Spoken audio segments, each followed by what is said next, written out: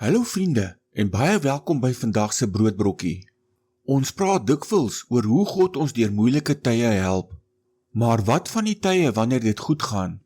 Tye van vrede, goeie gesondheid, genoeg kos op die tafel en goeie verhoudings is net soveel deel van die Christelike lewe. Vandag kyk ons na hoe ons God se seëninge reg moet verstaan en gebruik.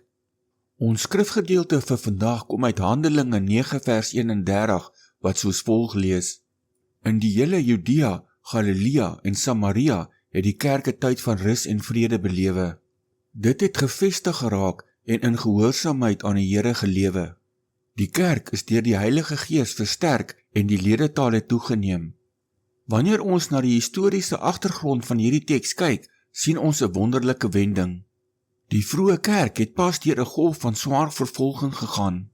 Saulus van Tarsus, wat die gelowiges wreed vervolg het tot bekering gekom. God het 'n tydperk van rus en vrede vir die gelowiges in Jerusalem gegee. In die Ou Testament het Israel ook sulke tye beleef onder leiers soos Joshua en koning Salomo. Koning Dawid het self tye van groot stabiliteit geniet nadat die Here hom rus gegee het van sy vyande. Hierdie historiese gebeure wys vir ons dat rus en voorspoed nie toeval is nie. Dit is 'n bewuste geskenk van God.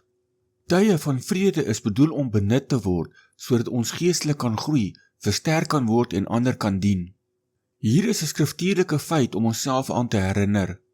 Sowel teëspoed as voorspoed is toetse van ons geloof. Teëspoed toets ons volharding en afhanklikheid van God. Voorspoed toets ons dankbaarheid, nederigheid, getrouheid en tevredenheid.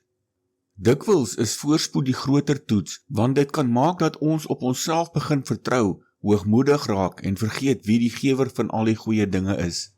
Wanneer dit vandag goed gaan in jou lewe, moenie aanvaar dat dit sommer net so gebeur het nie. Sien dit as 'n geleentheid van die Here om in sy eerbied te wandel, sy gees jou te laat versterk en 'n seën vir ander te wees. Kom ons bid saam. Hemelse Vader, dankie vir elke goeie geskenk wat uit U hand kom. Vergewe ons waar ons in tye van voorspoed laks geword het, of vergeet het dit alles van U afkom. Laat ons hierdie tyd gebruik om geestelik te groei en U naam te verheerlik. Ons vra dit in die naam van die Here Jesus Christus. Amen.